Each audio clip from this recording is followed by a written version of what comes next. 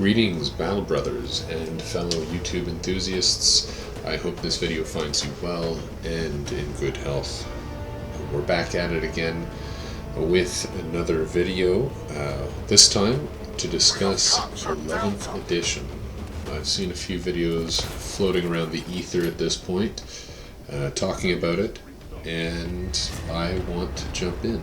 I want to jump in with y'all and share my thoughts and my feelings on the topic. So here we go. So at 11th edition in general, while I'm not necessarily opposed to the idea, I am reluctant. I'm not a fan of having to re-familiarize myself with the subtle nuances of the rules structure that each edition brings. Some are easier to understand and get into than others. On that note, 10th edition has been easier in general for everyone to get into, which is lovely, fantastic. I want to see this hobby grow. But at the same time, I feel and believe that we have lost a bit of the flavor as a result. I would like to see, going forward, if possible, the basic rules, and then something that we've started to do with more like flavorful style of playing is with the Crusade.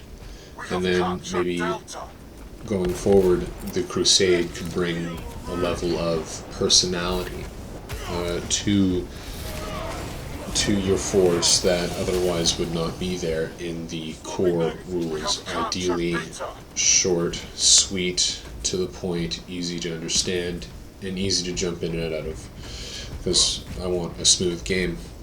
But Crusade would be where you could add as we do now, special traits earned throughout the experience of the Crusade and each battle fought or won or lost. But we keep track of all that, and it does add a lot, and it does slow down the game, which and you forget things. You forget more things because there's more to remember, but that's part of it. And good administration, as Rabute would love for us to all strive for, is something that would help with that learning curve and not detract from the experience as much, and get you more involved with your hobby. I think and get you thinking about things on a deeper level, because not only do you want to have a style of play that speaks to you and that you have fun with, but you also want it to be relatively effective on the board too. Sure, not everything can be balanced whenever you get into the more subtle nuance of the game. When you get into the different styles of war, but not everything is meant to be balanced. Sometimes it's more of a rock paper scissors ordeal, and you've got to bring the right tool for the right job. And just because you excel at a certain style of combat or way to wage war with your strategies or tactics or even equipment, it doesn't necessarily mean you're incapable of doing other things, right? So me, as a successor of the Salamanders, I love flamecraft. I love little, like I was about to say trinkets, but very special weapons that were worked on by the owner of said weapons sometimes, forge great swords, shields, plates of armor, and so on and so forth, and then having a whole amicable culture with baseline humanity. But it doesn't mean I don't try and sneak around like a Raven Guard once in a while, or try and get into your face like a Blood Angel, you know, with the deadly close combat, descend from on high with jump packs, come down blazing like that, and rev the chainsaw sword and go to town. But yeah, anyways, I'll leave that there, because 11th edition will come eventually. I think, feel, and believe that, because of what the IP is, the intellectual property is, and it is belonged to a business. And a business wants to make profit, and it wants to keep on moving forward and progressing like that, so it can stay alive. Whenever things stagnate and no change happens, then we don't necessarily adapt to the current environment, and then eventually we wither and die. So no company wants that, and so they've got to continue adapting and continue growing. Sometimes it's for the best, sometimes it's for the bad. We just try and grow in the right direction, if possible. Furthermore, I want to address what I think will be coming in 11th edition, for Space Marines in particular, because that is my main faction. And that's what has gravitated me most towards the hobbies. Space Marines in general. Yeah, I'm one of those basic beaches. So it is what it is. Hate me if you want, but if you like it, help a battle brother out by liking the video, sharing it, and subscribing to the channel if you haven't done so already. Please help your fellow battle brother out and get that algorithm working for me, please. Anyways, Van Vets and Assault Terminators. I think they're most likely going to come back soon. And I think that because of the fact that the Assault Terminators have their shooting counterpart. The Vanguard Veterans have their shooting counterpart. We're missing the Assault counterpart now, and I think that will come in the 11th edition release. Like we had with the Tyranid box set with Space Marines, you know, in Furnace, and we had the Terminators coming in there. That's nice. I think we're going to have something comparable for 11th edition drop against the Orcs. I'm calling it now. I'm calling it the Orcs and Space Marines will be the battle box that comes out as the launch of 11th edition, and with it, the Vanguard Veterans and Assault Terminators. Now, will it be a Primarch returning? Maybe not. Might it be an expansion of story already set in the universe? Probably. How are we going to do it with the Orcs? I don't know. I don't know where we're going to go in the system. I don't know what kind of Space Marine Legion is going to be used as the sort of poster child for this edition. Maybe they go a little nostalgic and they try and do Crimson Fists with the traditional paint job, but it's just like an Ultramarine. It's basic sort of template for the Space Marines, and we have the Crimson Fist paint job over it, and then that's how they'll introduce the Vanguard Veterans and the Assault Terminators, despite them being more of a shooting chapter with the Imperial Fist lineage. Or maybe it's just Black Templars. They've done that before. Maybe it's just Black Templars, and that's how it is, introduced. Because we've already had a box set of Black Templars, if I remember. Growing up, we had the Black Templars and Orcs back in the day, where you got the little red sticks for your measuring and the little dice there, and then the old plastic trees and everything. But I'm aging myself at this point. So we'll go on with what else I think about that, regarding the Van Vets and Assault Terminators. I originally thought that the Blood Angels fighting the Tyranids was going to be the raison d'etre for the Vanguard Veterans and Assault Terminators coming out. I thought that was going to be a wonderful, wonderful opportunity to introduce that, because we did hear a while back that Blood Angels were getting the update, and it was sort of, the writing was on the wall because of Dante getting his update. So having him being updated is there. Now, with that line of thought, we have to look at who else has been updated as a character and not had their time in the sun as a Space Marine, so to speak, with a revitalization of their line. And I think we look at Space Wolves. We have Ragnar Blackwing. I hope that's the right name. But the guy who's jumping on a rock and he's sort of got one hand out and he's got the special chainsaw sword there. And he had an old metal model back in the day too.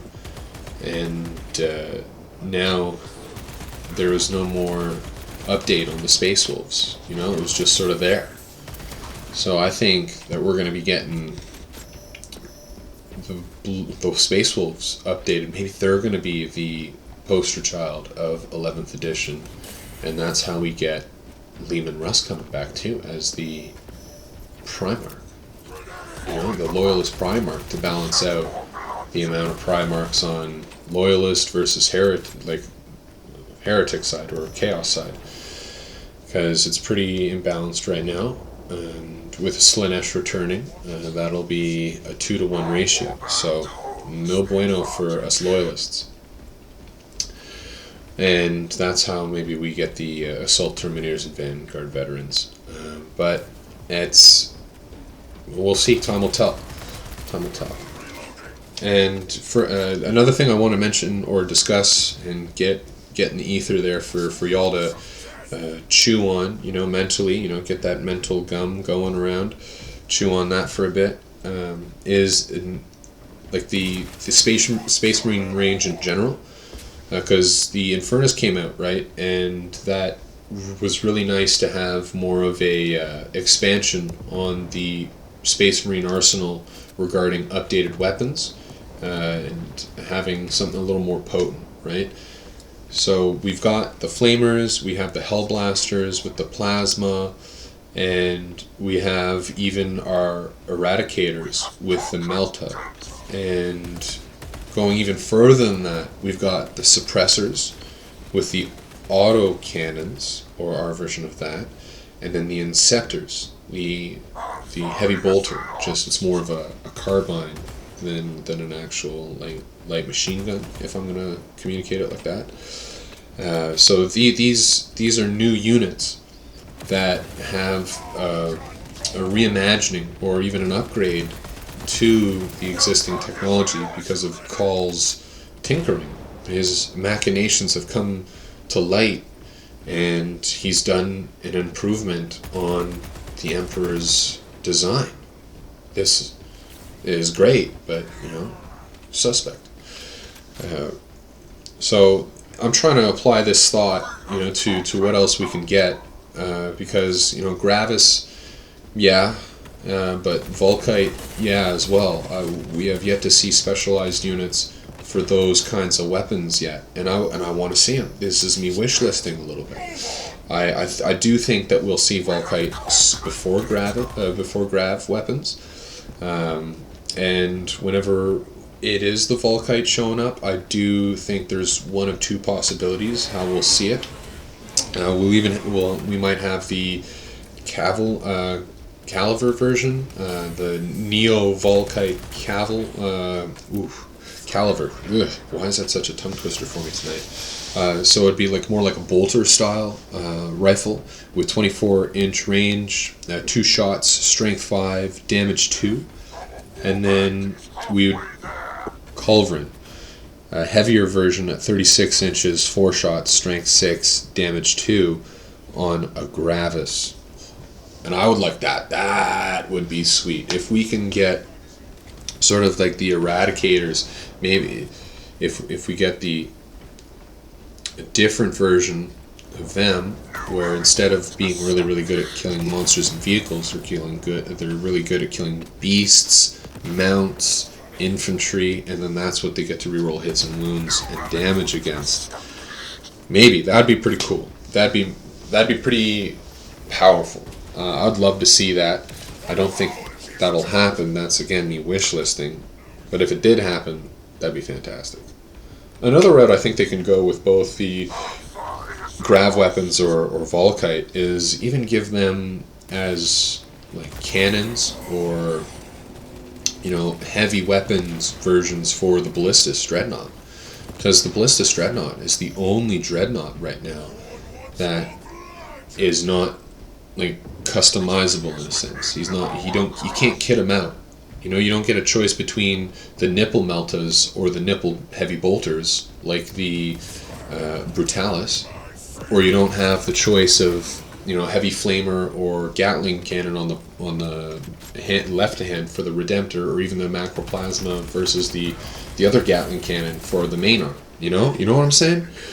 So I'm thinking that they could do the Ballistus Dreadnought some love, some justice even, by giving them that kind of functionality or options, I should say, instead.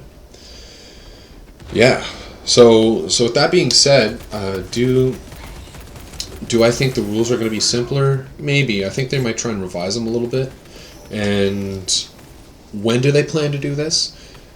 My best guess would be spring 2027. I think they might wait until then, because they're going to give themselves enough time to come out with all the codexes for the armies that haven't.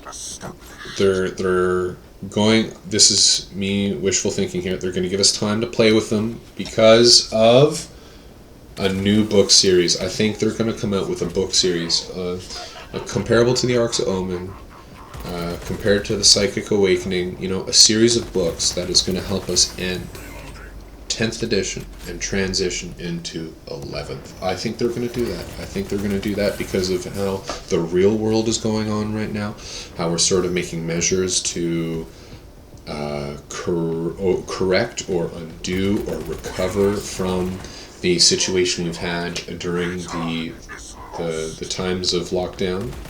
So, with that being said, the businesses are going to try some of their techniques to get us continuing the consumer lifestyle, which is fine. It is what it is. Give me something good at least, man. Give me something worth my while.